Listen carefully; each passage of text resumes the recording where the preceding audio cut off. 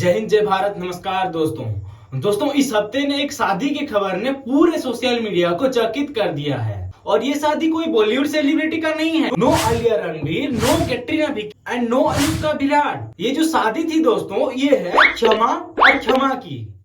और आपको ये बात अगर समझ में नहीं आया तो दोस्तों, इसमें क्षमा मांगने की जरूरत भी नहीं है, क्योंकि ये भारत का पहला सोलोगेमी केस है। क्षमा बिंदु, जो कि गुजरात की एक ब्लॉगर है और एक सोशल मीडिया इन्फ्लुएंसर है, वो अपनी आप को ही शादी कर ली। उन्होंने स्वयंवर की परिभाषा ही बदल दी। यहाँ पे जो स्वयंवर का स्वयं बस थे और वर को आउट करके अपने आप को ही वो शादी कर ली। दोस्तों, आत्मनिर्भर भारत का प्रो मैक्स बनते हुए वो अपने आप को ही सिंदूर लगाया, खुद को ही वो मंगलसूत्र पहना के अपने आप को ही वो शादी कर ली। रात को दोस्तों वो खुद ही दूध गर्म करके पी ली और अभी हनीमून जाने का प्लान भी बना ली है। अब इसमें दोस्तों कोई हैरानी होने की बात नहीं है कि इस जालिम समाज को कोई असर पड़ा। उनको ये समझ में नहीं आया कि क्षमा ने जो किया है वो मास्टर स्ट्रोक है, कि आने वाले कलयुग में कि आने वाले युग में क्षमा ने जो किया है वो एक आम बात है। अभी तो बस लोगों को आया है गुस्सा। गुजरात के किसी नेता ने दोस्तों ऐसे बोल दिया कि ये जो शादी हो रहा है, ये सोलोगेमी का शादी हो रहा है, ये मंदिर में नहीं होगी।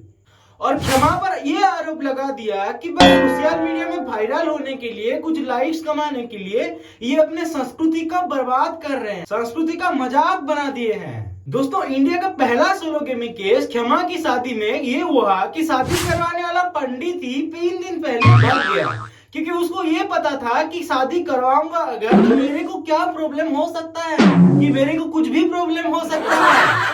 कोई पंडित ना मिलने के कारण क्षमा ने अपनी कुछ दोस्त को घर बुलाकर अपने घर में ही भगवान को साक्षी मानकर अगली कुंभ में 7 फेरे लेके अपने आप को शादी कर ली। दोस्तों, शहनाई और ढोल का प्लान तो कैंसिल करना पड़ा, लेकिन ये जो शादी हुआ वहाँ पे ब्लूटूथ स्पीकर में श्लोक का आवाज तो जरूर आप लोग को सुनने को मिलेगा। ऐसे तो आप लोग देखोगे तो दोस्तों, सोलोगेमी में ये इंडिया का पहला केस है। लेकिन एक चीज मैं आप लोग को बताऊं तो दोस्तों, इंडिया के जो कुछ नेता लोग हैं उन लोग सोलोगेमी में अभी भी है। आप अभी पूछोगे कैसे, तो उसका रीजन सुनो दोस्तों। तो उसका रीजन ये है कि वो अपने आप को इतना प्यार करते हैं, इतना प्यार करते हैं, इतना प्यार करते हैं, इतना प्यार करते हैं कि वो शादी करना ही भूल जाते हैं। अरे ये देश सेवा वगैरह तो सब बहाना है। अपने आप से प्यार, अपने खुद से प्यार, ये ही असली रीजन है। और एक चीज देखना दोस्तों, उन लोग का जो सक्सेस रेट दिखता है, उन लोग का जो सफलता है, उन लोग का कहां से कहां पहुंच जाता है। तो मैं आप लोग का अभी किसका एग्जाम्पल दूं?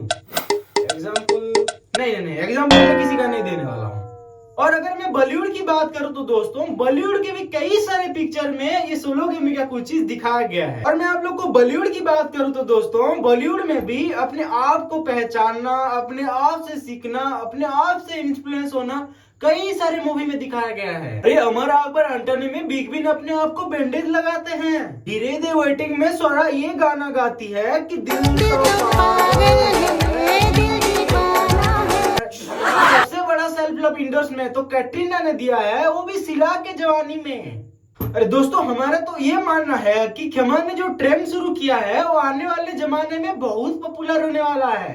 और देखिए, एक तरफ तो नारी शक्ति का बात तो है ही, और दूसरी तरफ मैं आप लोग को बताऊं तो दोस्तों, हर लाइफ, हर चॉइस, हर हैप्पीनेस। इन कुछ लोग भी दोस्तों सोलोगेमी का बढ़ चढ़कर उसका हिस्सा मांगेंगे और अपना पब्लिसिटी सब लोग को दिखाएंगे। लेकिन कुछ लोग तो बोलेंगे ही ना दोस्तों, बॉयज और गर्ल्स हैव ऑल फन। जो छुप छुप के भी किया था वो अभी खुल खुल कर बोलेंगे। अभी तक क्या होता था कि दोस्तों, मजबूरी का नाम आत्मनिर्भरता होता था। लेकिन दोस्तों, बढ़ती महंगाई, घटती आमदनी और अपना जो सिकुड़ती हुई अर्थव्यवस्था है, उसके वजह से सोलोगेमी एक ही उपाय है। मुंबई जाओ आप और एक 1 BH का एक फ्लैट ढूंढ लो। आप लोग को ये समझ में आ जाएगा कि मैं यहाँ पे बोल क्या रहा हूँ। अरे आदमी खाएगा क्या, रहेगा कहाँ और शादी कैसे करेगा और बच्चे कैसे पालेगा।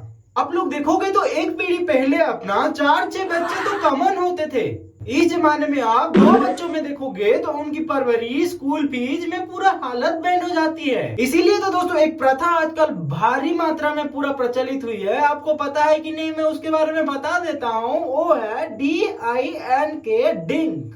अब पूछोगे कि DINK डिंक क्या है, तो उसका फुल फॉर्म ये है कि दोस्तों डबल इनकम नो किड्स। जिस रेट पर हम लोग जा रहे हैं दोस्तों, जिस रेट पर विकास हो रहा है, ये डिंग जो है DIN के अभी SIN के सिंक बनने वाला है। अब आप पूछोगे कि ये सिंक क्या है? सिंक ये है कि दोस्तों सोलोगेमी इनकम नो किड्स। सोलोगेमी का आप उनके शादी से ही देखना कि दोस्तों उन लोग का कितना बचत होता है।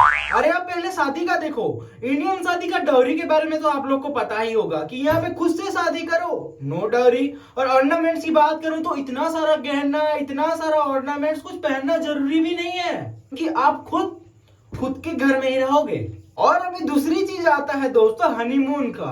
और हनीमून में आप लोग को मैं बताऊं तो दोस्तों यहाँ पे 1 टिकट ही नीडेड, बिकॉज यहाँ पे वो भी वो है और उनकी वो भी वो है। और उसी केस में कोई बाहर अगर जा रहा है तो कोई ऑकवर्ड भी नहीं होगा। किसी को अगर देखोगे तो उसको लाइक डिसलाइक वगैरह करो, अपने आप को पहचानो और एक्सप्लोर करो। दोस्तों सबसे बड़ी बात यह है कि सोलोगेमी में बैचलर जिंदगी का एक बहुत बड़ा टेंशन भी खत्म हो जाएगी। पूछो क्या है? मम्मी आंटी अब कुछ भी पूछ नहीं पाएगी कि बेटा शादी कब कर रहे हो, बेटा बच्चे कब पैदा करोगे। बैचलर जिंदगी की मजे और इंडिपेंडेंस, वो भी सोसाइटी प्रेशर के बिना।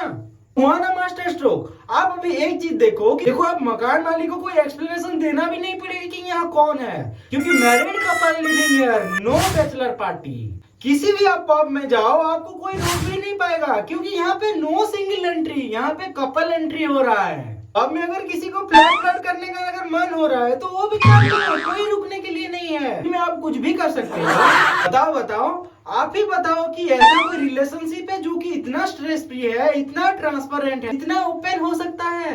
आजकल के जमाने में देखा जाए तो दोस्तों कितनी चीज बाहर आ रहे हैं। ये घरेलू जिंदगी का आप लोग देखो तो domestic abuse, physical rape, dowry harassment, exploitation, इस सब टॉक्सिसिटी से पूरा आजादी, एकदम बिंदास। अब देखो आपको क्या ही लगता है, क्षमा ने जो किया है क्या उसके लिए क्षमा मांगनी चाहिए? क्षमा ने किसी पेड़ से शादी करती तो क्या आप उसको मंजूरी देते? क्षमा ने ऐसे एक लड़के को शादी करती जो मंडप पे ही बोलता कि मुझे डाउरी में कार चाहिए, क्या उसको आप मंजूरी देते? अगर क्षमा ने ऐसे एक लड़के को शादी करती जो शादी के बाद उसको ये बोलता कि तुझे हाउसवाइफ ही बनना है, तू तेरे से और कुछ नहीं कर पाएगी, मैं कमा के लेके आऊंगा, तू घर में ही रह, क्या आप उसको मंजूरी देते? अगर क्षमा ने ऐसे एक लड़के को शादी करती कि उसको एक बंद दरवाजे के अंदर ही सीमित रख देता, क्या आप उसको मंजूरी देते? नहीं ना।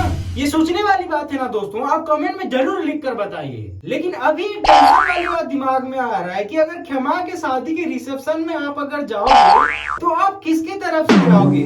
क्षमा की तरफ से जाओगे या क्षमा की तरफ से जाओगे? अगर उनके बीच में कुछ दोस्तों अनबन होता है, कुछ फाइट होता है, तो आप किसको सपोर्ट करोगे? क्षमा को सपोर्ट करोगे या क्षमा को सपोर्ट करोगे? दोस्तों ओवरऑली मैं मेरे तरफ से बताऊं तो दोस्तों क्षमा ने यहाँ पे जो किया है उसके लिए कोई भी क्षमा मांगने की जरूरत ही नहीं है, क्योंकि क्षमा ने अपने आप को शादी करके एक बहुत बड़ा प्रॉब्लम का खत्म किया है अपने आप में। जैसे दोस्तों लोगों के दिमाग में टेंशन भरे रहता है कि अगर मेरा शादी नहीं होगी तो मैं क्या करूं, अगर मेरा शादी नहीं होगा तो मैं क्या करूं, अगर मेरा शादी नहीं होगा तो कैसा होगा। लेकिन अब शादी की कोई भी जरूरत नहीं है, क्योंकि Now,